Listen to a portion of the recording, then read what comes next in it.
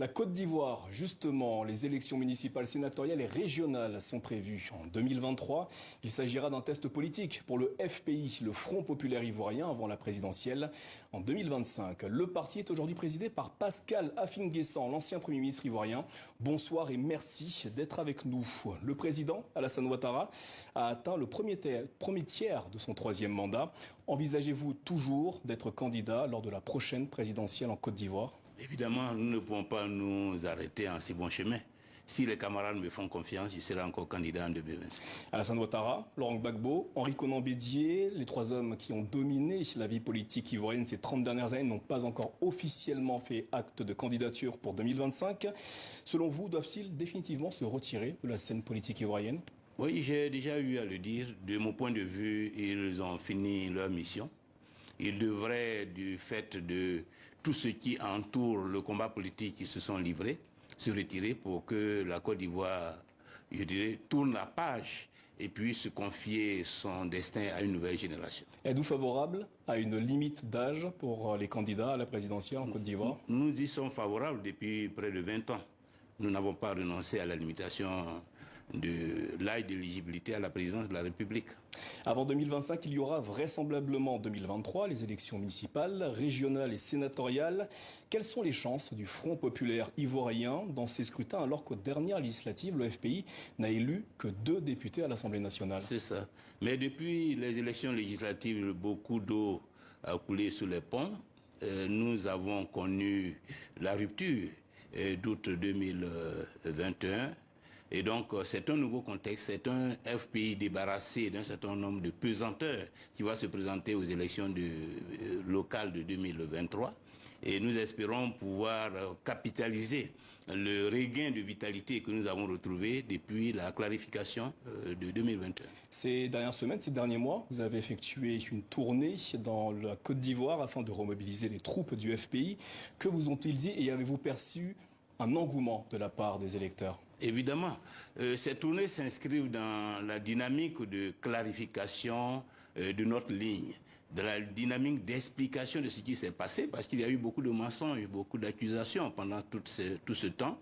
Et il était important qu'après la rupture, que les militants, que les populations sachent qu'est-ce qui s'est réellement passé au sein du Front populaire ivoirien, que nous puissions dire la vérité sur ces actes et remobiliser nos militants. Et partout où nous sommes passés, le message est passé, le message a été entendu.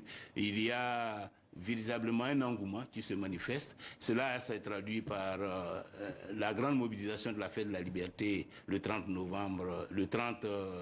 avril 2022. Et donc nous continuons. Compte tenu de la loi sur le financement des partis politiques, le FPI a perçu sa subvention annuelle.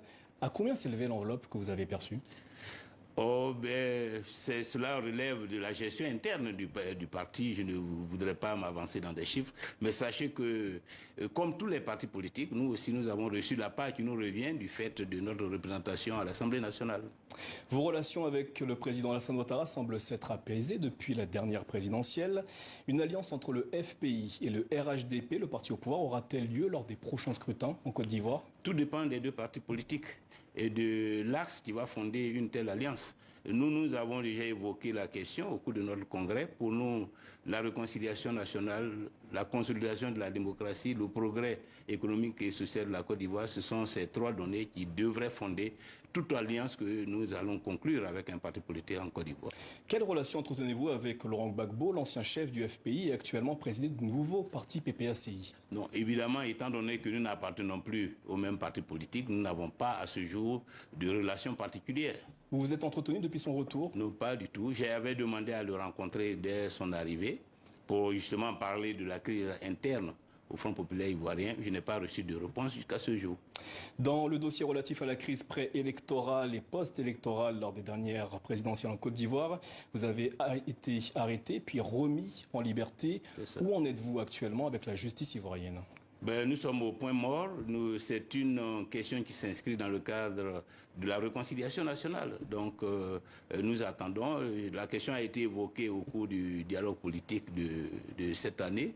Et évidemment, pour le moment, le dossier est en suspens. Mais nous espérons qu'il trouvera une issue favorable dans le cadre de la réconciliation nationale, de manière à ce que nous tournions la page de cette Justement, au sujet de la réconciliation nationale, lors de l'élection du président de l'Assemblée nationale, vous vous êtes, entre guillemets, engagé aux côtés d'Adama Bictogo, le candidat de la majorité. Est-ce ainsi que vous comptez, entre guillemets, tourner la page? Évidemment, en ce qui nous concerne, ce n'était pas quelque chose de nouveau, puisque nous avons toujours posé des actes de décrispation, nous avons posé des actes de rapprochement pour que nous puissions trouver un modus vivendi sur toutes les situations que nous avons connues dans le passé. Par contre, pour les autres partis politiques, notamment ceux de l'opposition, c'est nouveau, c'est effectivement inédit. Et je crois que c'est la traduction de ce qu'ils ont enfin compris, que pour aller à la réconciliation nationale, il faut poser des actes de rapprochement.